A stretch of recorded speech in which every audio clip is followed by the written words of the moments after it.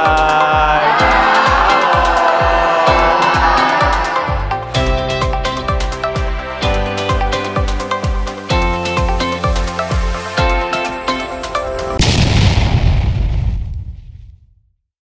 Assalamualaikum warahmatullahi wabarakatuh. Waalaikumsalam warahmatullahi wabarakatuh. Apa kabarnya hari ini? Alhamdulillah, luar biasa. Allahu Akbar. Baik, alhamdulillah semuanya dalam keadaan yang sehat ya. Sebelum kita memulai aktivitas pembelajaran hari ini, alangkah baiknya kita berdoa terlebih dahulu. Ya, silakan ketua kelas untuk memimpin berdoa. Bersiap. Siap. Teman-teman, sebelum belajar, marilah kita membaca doa terlebih dahulu. Berdoa dimulai.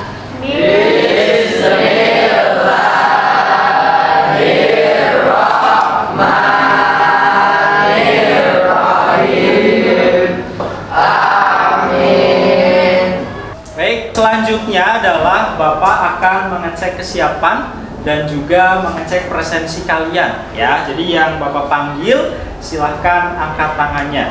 Oke, yang pertama ada Akbar Nur Wahid. Hadir, Pak. Oke.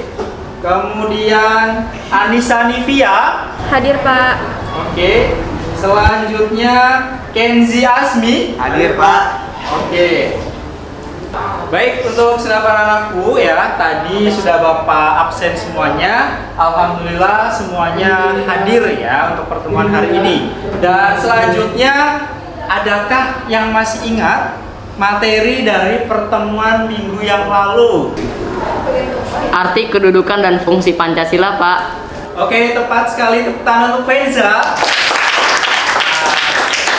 Ternyata kalian masih ingat ya untuk pertemuan minggu lalu ya. Minggu lalu kita belajar ya terkait materi arti kedudukan dan juga fungsi Pancasila. Dan untuk pertemuan hari ini Bapak akan menyampaikan materi Pancasila sebagai dasar negara dan pandangan hidup bangsa ya. Pak Resi akan melanjutkan ke tujuan pembelajaran. Setelah menyimak media PowerPoint interaktif, peserta didik mampu menguraikan makna Pancasila sebagai dasar negara dan pandangan hidup bangsa dengan tepat.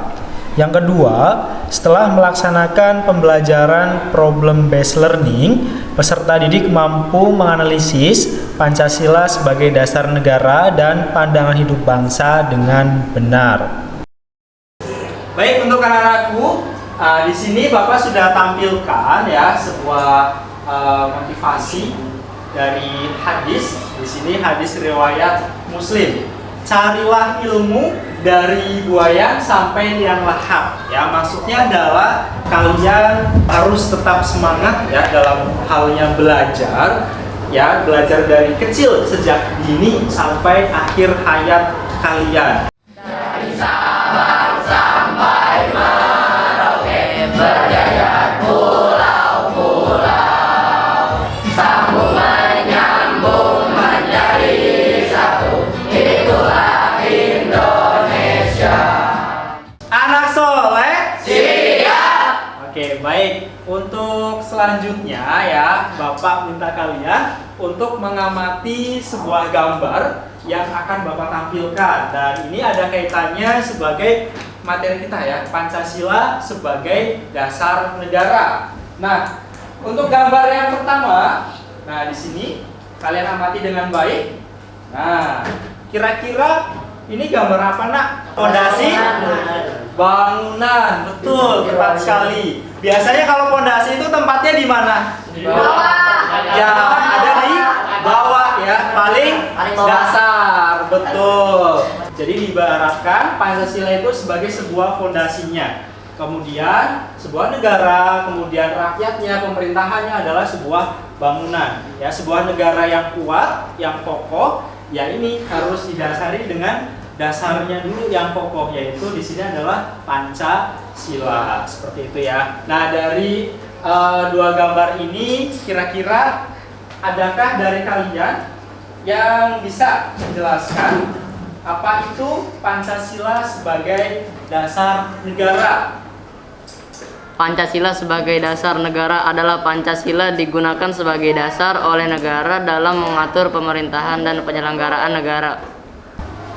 Oke, tadi jawabannya sudah tepat ya dari Venza seperti itu terkait dengan pengertian Pancasila sebagai dasar negara ya. Nah, di sini bisa kalian lihat Pancasila sebagai dasar negara adalah Pancasila digunakan sebagai dasar oleh negara itu sendiri ya dalam mengatur pemerintahan dan penyelenggaraan negara. Pancasila sebagai pandangan hidup sering juga disebut way of life, pegangan hidup, pedoman hidup, pandangan dunia, atau petunjuk hidup. Walaupun ada banyak istilah mengenai pengertian pandangan hidup, tetapi pada dasarnya semua memiliki makna yang sama. Lebih lanjut, Pancasila sebagai pandangan hidup bangsa dipergunakan sebagai petunjuk dalam kehidupan sehari-hari masyarakat Indonesia. Sikap maupun perilaku masyarakat Indonesia haruslah selalu dijiwai oleh nilai-nilai luhur Pancasila. Oke, baik, tadi kalian sudah menyimak video terkait Pancasila sebagai pandangan hidup bangsa.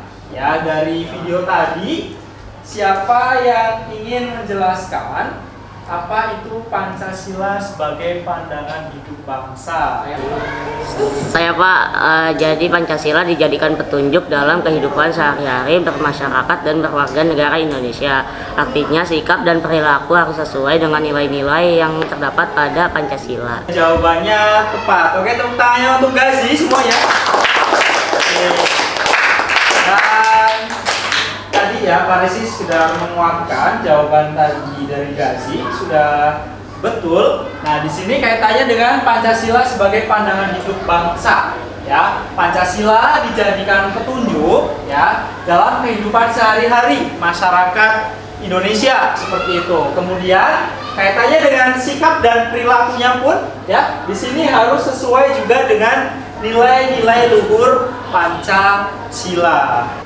Nah, coba di sini sudah nampak ya. Ini kasus apa, Nak? Nah, ini terjadi di mana ya? Iya, di Kanjuruhan, Malang ya. Nah, di sini ternyata kasus yang terjadi di kerusuhan di Stadion Kanjuruhan Malang itu termasuk kategori ya bencana terbesar di dunia ketiga yang ada di Indonesia. Ya. Nah, di sini ada negara-negara yang pernah mengalami juga kasus seperti Indonesia. Nah, kita coba yang paling tinggi dulu kasusnya. Pada bulan apa? Mei. Mei ya, tahun 1964. Ini di negara Peru. Peru. Jumlahnya berapa anak yang meninggal? 328 orang. Oke. Nah, setelah kalian tadi mengamati ya data-data tersebut ya, ternyata Indonesia di sini peringkat 3 dunia ya kaitannya dengan bencana yang ada di kasus persepak bolaan di negara kita seperti itu. Oke, baik untuk segenap anak-anakku ya. Nah, ini kalian sudah dibagi menjadi beberapa kelompok ya. Dan sekarang Bapak akan menjelaskan langkah kerja yang akan kalian laksanakan. Nah, di sini ada sebuah isu masalah yang sedang trending topik ya, yang sedang viral saat ini, yaitu terkait dengan kasus kerusuhan supporter sepak bola yang ada di Kanjuruhan, Malang. Nah, kalian diminta untuk menganalisisnya kasus tersebut. Nah, apa saja yang dianalisis? Nah, yang dianalisisnya di situ ya, kalian diminta untuk yang pertama, mengumpulkan dari berbagai macam sumber referensi atau sumber informasi yang tentunya relevan dengan kasus kalian tadi, ya, kerusuhan supporter.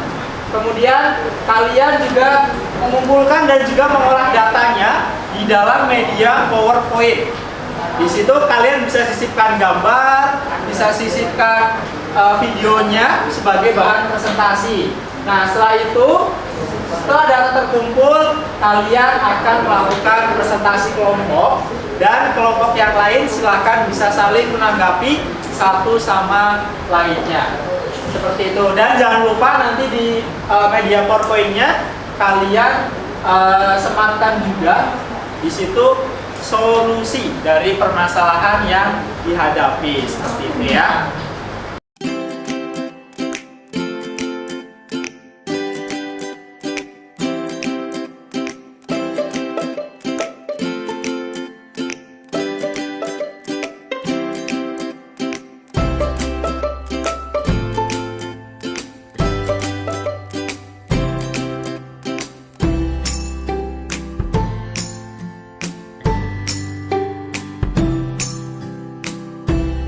Kami dari kelompok 3 akan mempresentasikan tentang kasus kericuhan supporter sepak bola di Kanjuruhan Malang. Tragedi kerusuhan di Stadion Kanjuruhan Malang pasca laga antara kesebelasan Arema FC dan melawan Persebaya Surabaya menelan 125 korban jiwa. Dari dokumentasi terlihat aparat keamanan yang terdiri dari TNI dan Polri mulai merangsek setelah para pendukung Arema FC, Aremania mulai turun ke lapangan. Aparat keamanan dari TNI dan Polri mulai mengejar para supporter supaya keluar dari lapangan. Mereka juga menggunakan tongkat untuk memukul para supporter dengan harapan meninggalkan lapangan. Nampak juga aparat yang menendang beberapa supporter hingga tersungkur. Bahkan supporter yang sudah jatuh juga dipukul dengan tongkat. Selain itu, aparat kepolisian juga menembakkan gas air mata ke arah para supporter. Hal itu yang dinilai membuat para penonton yang berada di tribun panik karena asap dari gas air mata mengarah ke mereka. Silakan dari teman-teman dari kelompok lain yang mau bertanya. Siapa pihak yang bertanggung jawab dalam kerusuhan tersebut? Saya akan menjawab pertanyaan yang diberikan oleh Fadli. Yang bertanggung jawab atas kasus kericuhan ini adalah pihak panitia penyelenggara dan pihak keamanan. Pihak keamanan di sini yaitu polisi. Bagaimana Fadli? Sudah jelas? Sudah. Oke, baik ya. Tadi kalian sudah mempresentasikan tadi hasil diskusinya ya dengan teman-teman kalian. Tadi sudah bagus, PowerPoint-nya sudah oke.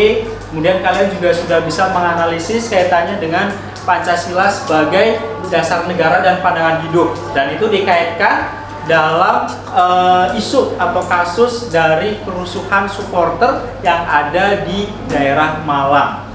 Ya, tadi sudah dianalisis, tadi solusinya sudah bagus seperti itu ya. Jadi dalam hal ini memang ada pihak-pihak yang bertanggung jawab, yaitu pihak dari panitia penyelenggara dan juga pihak keamanan, yaitu kepolisian. Siapa yang bisa menyimpulkan untuk pembelajaran hari ini? Silakan angkat tangannya. Saya Pak, kesimpulannya adalah 1. Pancasila sebagai dasar negara dan pandangan hidup bangsa dipergunakan sebagai dasar dan petunjuk dalam kehidupan sehari-hari masyarakat Indonesia. 2. Sikap dan perilaku masyarakat Indonesia haruslah selalu dijiwai nilai-nilai Pancasila. Tepuk tangannya untuk Venja. Tadi Venja sudah menyimpulkan kegiatan pembelajaran hari ini ya. Yang pertama, Pancasila sebagai dasar negara dan juga pandangan hidup bangsa dipergunakan ya sebagai dasar dan petunjuk dalam kehidupan bermasyarakat.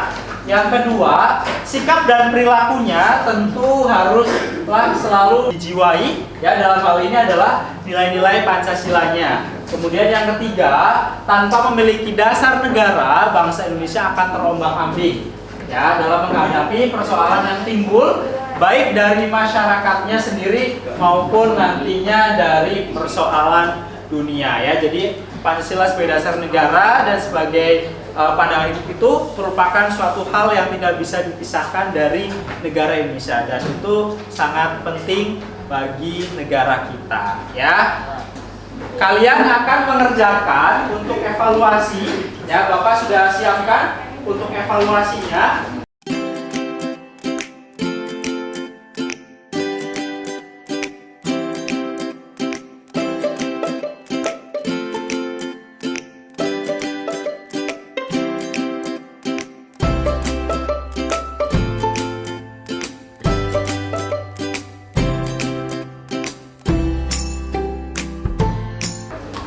Nah, baik, kalian tadi sudah mengerjakan untuk evaluasinya dan tadi Bapak juga sudah koreksi dan alhamdulillah untuk hasilnya bagus-bagus dan di atas KKM ya. Tepuk tangan untuk kita semuanya.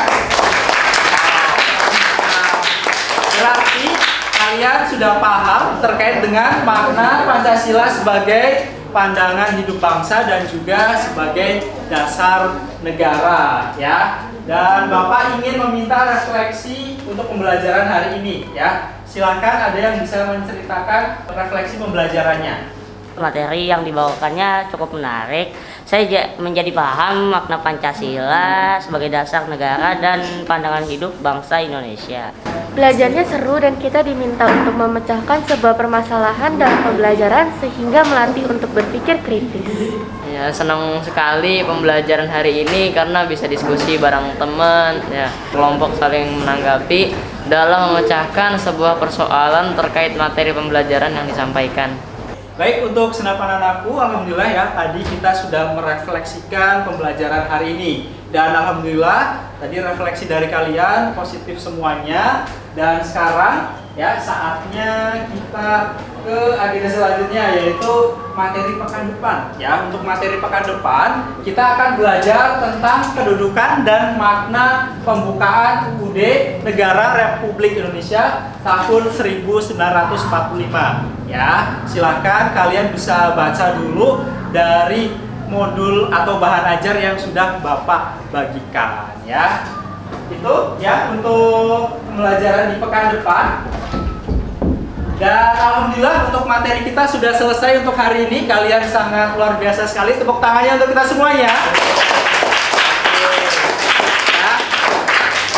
Mohon berpesan ya, selalu semangat untuk belajar ya. Jangan lupa untuk selalu berdoa juga. Ya, baik. Itu mungkin dari Bapak yang bisa Bapak sampaikan. Bapak tutup dengan bacaan hamdalah bersama. Alhamdulillahirabbil alamin. Dan terima kasih. Wassalamualaikum warahmatullahi wabarakatuh.